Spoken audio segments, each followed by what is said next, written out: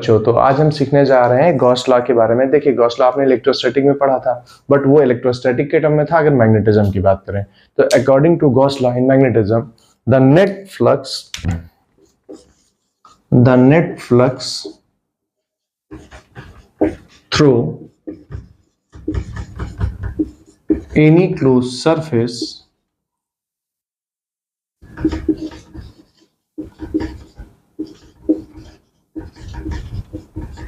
is always zero.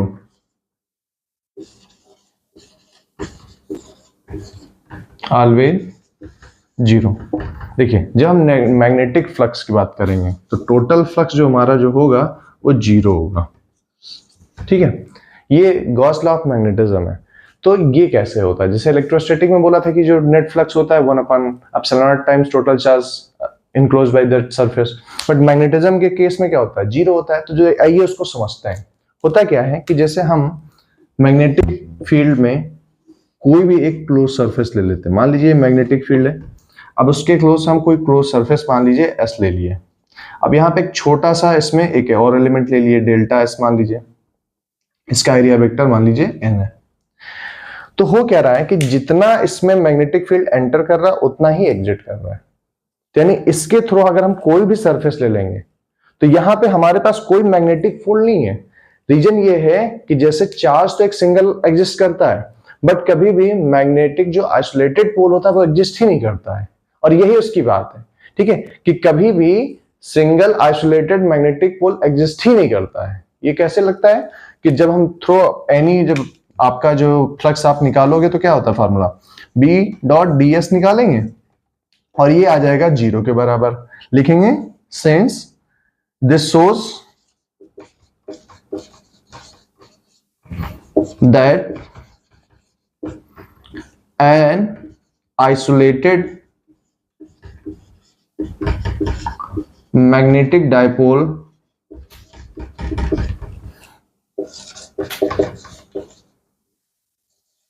did not exist। ठीक है, ये एक आउटकम है। तो अब इसमें जब हम इस चैप्टर में आगे बढ़ते हैं तो हमें पता चलता है कि मैग्नेटिक मटेरियल्स हैं। तो मैग्नेटिक मटेरियल से रिलेटेड कुछ डेफिनेशंस हैं। तो आइए उन डेफिनेशंस को एक एक करके देखते हैं जो आपके लिए इंपॉर्टेंट है। तो पहला हमारा जो डेफिनेशन देखने जा रहे हैं, मैग्नेटिक इंटेंसिटी क्या है।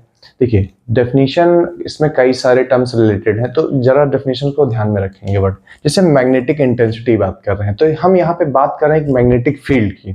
तो मैग्नेटिक फील्ड कितना इंटेंस है, यानी उसकी हम कैसे बताएंगे वो कितना इंटेंस है। अगर हम किसी सब्सटेंस को उस मैग्नेटिक फील्ड में रख दें और वो सब्सटेंस को मैग्नेटाइज कर दे तो हम बोलेंगे कि मैग्नेटिक इंटेंसिटी सफिशिएंट है या अप टू द मार्क है। तो यही है, the capability of magnetic field to magnetize the substance is measured in terms of magnetic intensity. यानी कोई भी ऑब्जेक्ट जब किसी मैग्नेटिक फील्ड में रखते हैं तो कितना मैग्नेटाइज हो सकता है, ये कितना मैग्नेटाइज कर सकती है फील्ड की, वो इंटेंसिटी कहलाती है। उसको कैपिटल एस से डिनोट करते हैं और फार्मूला क्या होता है, B not upon mu not. B not क्या है, magnitude of magnetic field in vacuum, क्योंकि जब हम वैक्यूम की बात करें तो वहां पे कोई आसपास कोई और भी पार्टिकल मौजूद नहीं होंगे, तो यानी कि सिर्फ और सिर्फ वो सब्सटेंस को वो मैग्नेटाइज करने का काम आएगा। ठीक है, और म्यू नॉट क्या होता है, परमिबिलिटी होता है, जिसको अभी आगे हम देखेंगे। तो इसका हम अगर यूनिट की बात करें तो इसकी यूनिट हो जाती है एम्पियर पर मीटर। तो देखते हैं अगली डेफिनेशन।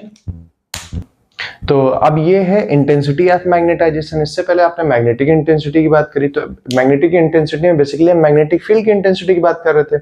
अब हम किसी ऑब्जेक्ट को अगर जब मैग्नेटिक फील्ड में रखे हैं तो वो कितना मैग्नेटाइज हुआ है। तो मैग्नेटाइज से हमारा क्या मतलब है, उसमें मैग्नेटिक डायपोल मोमेंट इंड्यूस होगा। तो वही the net magnetic moment develop per unit volume, वो आपका क्या कहलाएगा, इंटेंसिटी ऑफ मैग्नेटाइजेशन। तो जैसा कि फार्मूला है वैसे ही आप डेफिनेशन भी लिखेंगे, magnetic moment develop per unit volume, और इसका भी यूनिट क्या है, सेम है। और ये एक वेक्टर क्वांटिटी है। क्या है ये, this is an vector quantity, this is a vector quantity. तो कंफ्यूज नहीं होना है, मैग्नेटिक इंटेंसिटी की बात कर रहे हैं तो हम मैग्नेटिक फील्ड की इंटेंसिटी की बात कर रहे हैं। जब इंटेंसिटी ऑफ मैग्नेटाइजेशन की बात कर रहे हैं तो हम उस स्पेसिमेन की बात कर रहे हैं जिसमें मैग्नेटाइज होने के लिए मैग्नेटिक फील्ड में रखा गया और उसमें नेट डायपोल मोमेंट कितना इंड्यूस हुआ है पर यूनिट वैल्यू, इसका जो मेजरमेंट है वो उसका क्या कहलाएगा, इंटेंसिटी ऑफ मैग्नेटाइजेशन। तो देखते हैं नेक्स्ट, इंडक्शन। तो देखिए मैग्नेटिक इंडक्शन क्या होता है, बेसिकली हम मैग्नीट्यूड ऑफ मैग्नेटिक फील्ड की बात करते हैं। तो कई बार आपने देखा होगा फ्लक्स डेंसिटी भी बोला जाता है इसको, मैग्नेटिक इंडक्शन भी बोला जाता है या मैग्नीट्यूड ऑफ मैग्नेटिक फील्ड भी बोला जाता है। तो तीनों नाम एक जैसे ही हैं। तो होता क्या है कि जैसे एक मैग्नेट है तो मैग्नेट की पोल स्ट्रेंथ कितनी होगी ये कैसे पता चलेगा। तो हम जब डायग्राम में रिप्रेजेंट करते हैं तो डायग्राम में बना के क्या करते हैं, जैसे मैग्नेट बनाते हैं और उसके बाद हम उसको क्या करते हैं, एक लाइन से दिखाते हैं। तो बेटा जब हम मैग्नेट में जो ये लाइन खींचते हैं इसका कोई रूल है कि हम कितनी लाइन खींच सकते हैं। यानी अगर आपके क्वेश्चन में कुछ दो मैग्नेट ऐसे बना दिए जाएं कि एक मान लीजिए आपका ये नॉर्थ पोल, दूसरा एक ऐसा है, ठीक है, और इसमें लाइंस ड्रॉ कर दी जाएं, ठीक है, मान लीजिए इसमें मैंने 3 लाइन ड्रॉ की, इसमें मैंने 4 लाइन ड्रॉ कर दिया, ठीक है।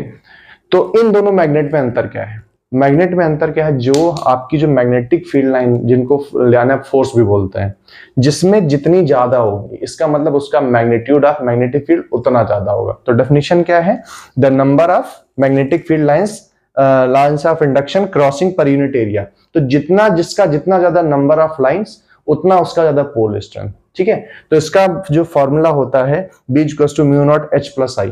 तो H आपका वहां पे क्या हो जाता है, मैग्नेटिक इंडक्शन की इंटेंसिटी हो जाता है, और I क्या, इंटेंसिटी ऑफ मैग्नेटाइजेशन होता है। तो दोनों को ऐड करेंगे तो इसका यूनिट क्या हो जाता है, वेबर पर मीटर स्क्वायर, क्योंकि जैसे फॉर्मूले में लिखा हुआ है lines of induction crossing per unit area, तो वेबर पर मीटर स्क्वायर, या फिर इसी को टेस्ला भी बोलते हैं। तो देखते हैं नेक्स्ट डेफिनेशन। तो मैग्नेटिक ससेप्टेबिलिटी भी वर्ड आपने सुना होगा। तो जैसे इसको हम जाई से लिखें, इस वर्ड को क्या बोलते हैं, जाई से। लिखने का तरीका क्या है, जो स्मॉल आप एक्स लिखते हैं तो उसका जो लेंथ थोड़ा सा बढ़ा दीजिए, यानी उसका पेट थोड़ा बड़ा कर दीजिए। हाँ, हालांकि स्लिम ट्रिम रहेगा, मोटा नहीं करना है, बस उसको थोड़ा सा लंबाई बढ़ा दीजिए। हाँ, बिल्कुल मेरी तरह। तो it is defined as the ratio of intensity of magnetization to the magnetic intensity. यानी जब ये क्या है, एक प्रकार से जब कोई चीज सब्सटेंस को हम रख रहे हैं किसी मैग्नेटिक फील्ड में तो वो मैग्नेटाइज हो जा रहा है, तो उसका हम निकालते हैं क्या, इंटेंसिटी ऑफ मैग्नेटाइजेशन। लेकिन वो कितनी इंटेंस मैग्नेटिक फील्ड में रखा गया है, एक प्रकार से देखा जाए तो एक ही कांस्टेंट वैल्यू है किसी भी मैग्नेटिक मटेरियल का, कि वो ये दिखाता है कि वो कितना इजीली जो है वो मैग्नेटाइज हो सकता है अगर इतने लेवल के इंडक्शन के फील्ड में उसको रखा जाता है। तो सिंस दोनों का जो रेशियो है, दोनों का जो यूनिट है वो सेम है, तो एम्पियर पर मीटर ऊपर भी, एम्पियर पर मीटर नीचे भी, तो ये एक सिर्फ एक कांस्टेंट वैल्यू निकल के आती है जिसका कोई यूनिट नहीं होता है, ठीक है। तो देखते हैं नेक्स्ट। देखिए, तो मैग्नेटिक परमेबिलिटी होता क्या है, जैसे कि हम इलेक्ट्रोस्टैटिक में देखते हैं, परमिटिविटी की बात करते हैं, परमेबिलिटी की, जैसे कि कोई सब्सटेंस मैग्नेटाइज हो भी सकता है कि नहीं भी हो सकता है, ये उसका परमेबिलिटी बताता है, ठीक है। तो परमेबिलिटी बेसिकली एक प्रॉपर्टी है मटेरियल की कि वो मैग्नेटाइज हो भी सकता है कि नहीं हो सकता है। तो बेसिकली अगर आप इसको मैथमेटिकल टर्म में अगर इसको रिप्रेजेंट करें तो क्या होता है, ये रेशियो होता है किसका, मैग्नेटिक इंडक्शन का और मैग्नेटिक इंटेंसिटी के साथ में। तो मैग्नेटिक इंडक्शन आपका जानते ही है, उसका यूनिट क्या होता है, मैग्नेटिक फील्ड के लिए लिया जाता है, इसका यूनिट होता है टेस्ला, और जो इंटेंसिटी होता है मैग्नेटिक इंटेंसिटी, इसका यूनिट होता है एम्पियर पर मीटर। तो इसके लिए जो यूनिट जो बन के आएगा वो क्या बन के आएगा, टेस्ला एम्पियर इनवर्स मीटर, ये उसका म्यू का जो है आपका बन के आ जाता है। म्यू वही परमेबिलिटी बेसिकली ये बताता है किसी भी मटेरियल की वो मैग्नेटाइज हो सकता है कि नहीं हो सकता है, तो इसकी वैल्यूज होती हैं। तो ये भी एक प्रकार से एक कांस्टेंट वैल्यू है और जो कि डिपेंड कर रहा है मैग्नेटिक फील्ड और उसके मैग्नेटिक इंटेंसिटी पे, ठीक है। तो इस क्लास में इतना ही रखते हैं, मिलते हैं नेक्स्ट क्लास में हम कुछ मैग्नेटिक मटेरियल के साथ में।